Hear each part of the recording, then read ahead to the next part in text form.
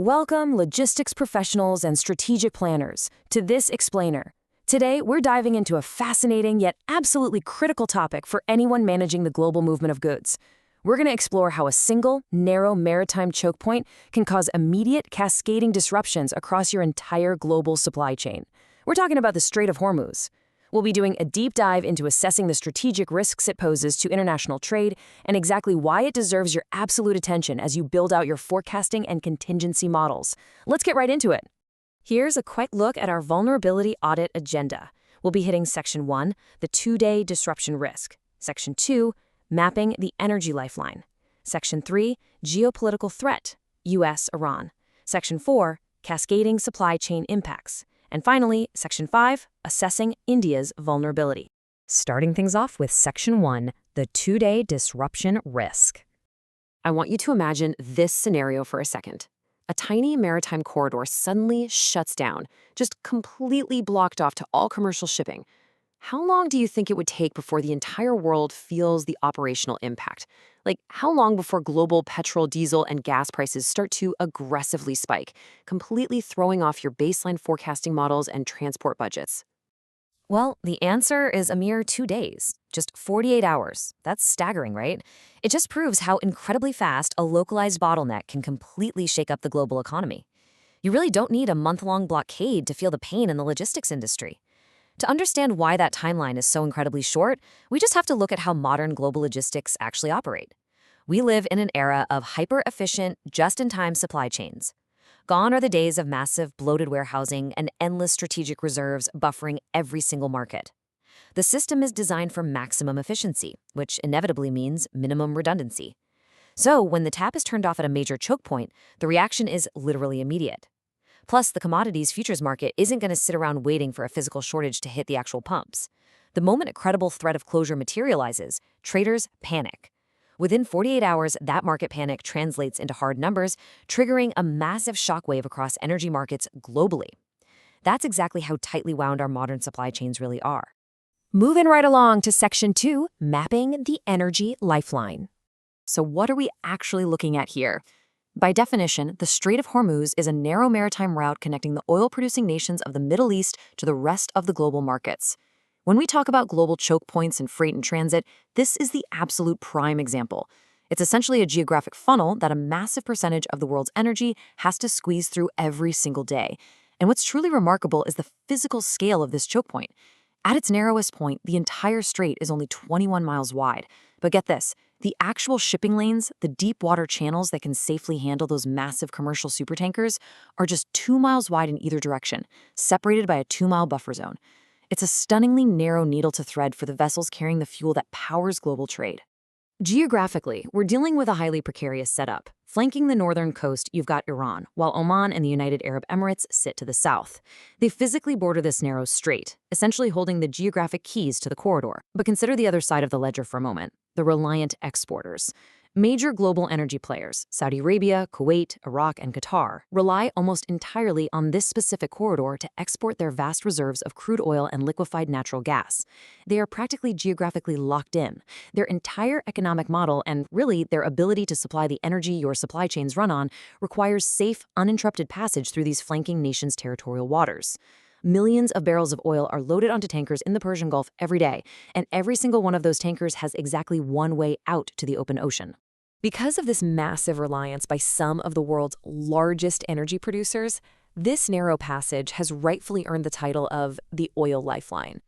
To put this into a hard operational perspective, roughly 20% of the world's daily global oil consumption passes through this specific artery. Think about that volume for a second. 1/5 of the oil consumed globally every single day squeezes through shipping lane that's just 2 miles wide. Asian markets in particular, including major manufacturing hubs, are deeply reliant on the crude flowing from this region. It is, quite literally, the artery that keeps the global industrial machine pumping. Without it flowing freely, the engine of international trade begins to stall immediately. Which brings us to Section 3, geopolitical threat, U.S.-Iran.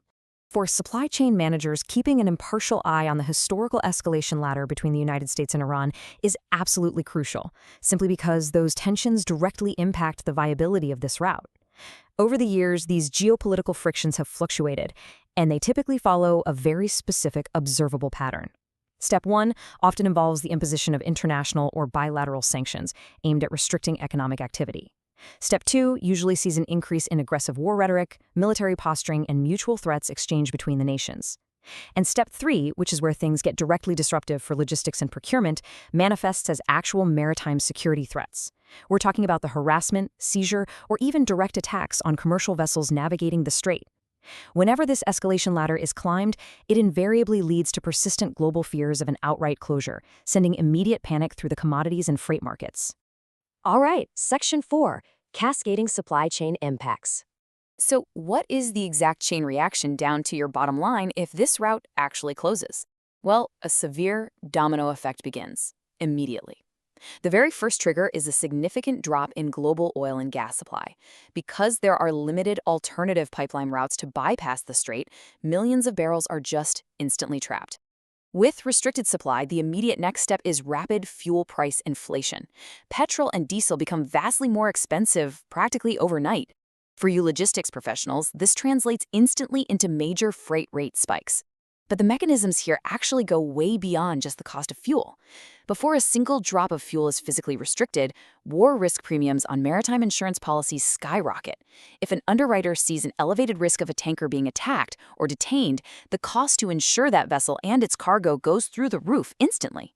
Those massive insurance premiums, combined with fuel scarcity, mean transporting anything, by sea, air, or land, suddenly costs significantly more.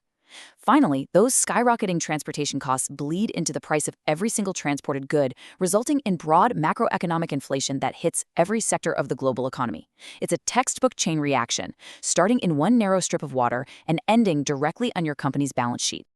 And finally, Section 5, Assessing India's Vulnerability. Let's use India as a crucial exposure case study here to see exactly how this overarching macroeconomic event impacts regional procurement. India purchases a massive amount of crude oil from abroad, importing well over 80% of its total crude requirements.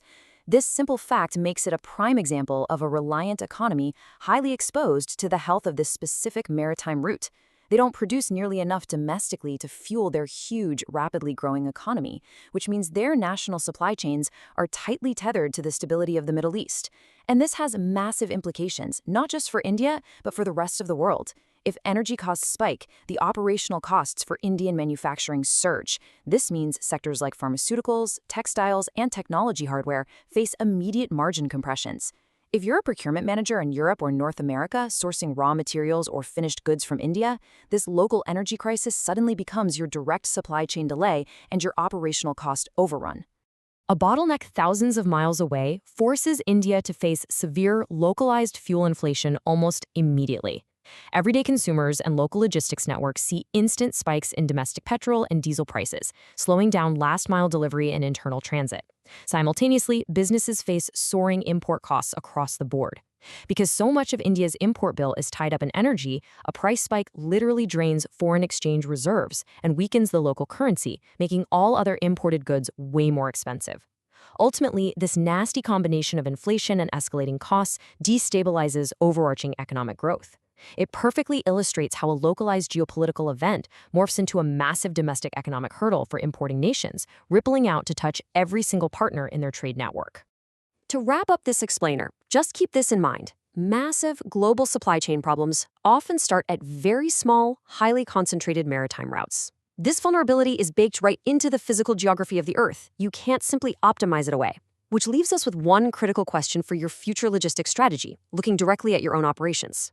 Are your supply chains actually resilient enough to survive a choke point closure?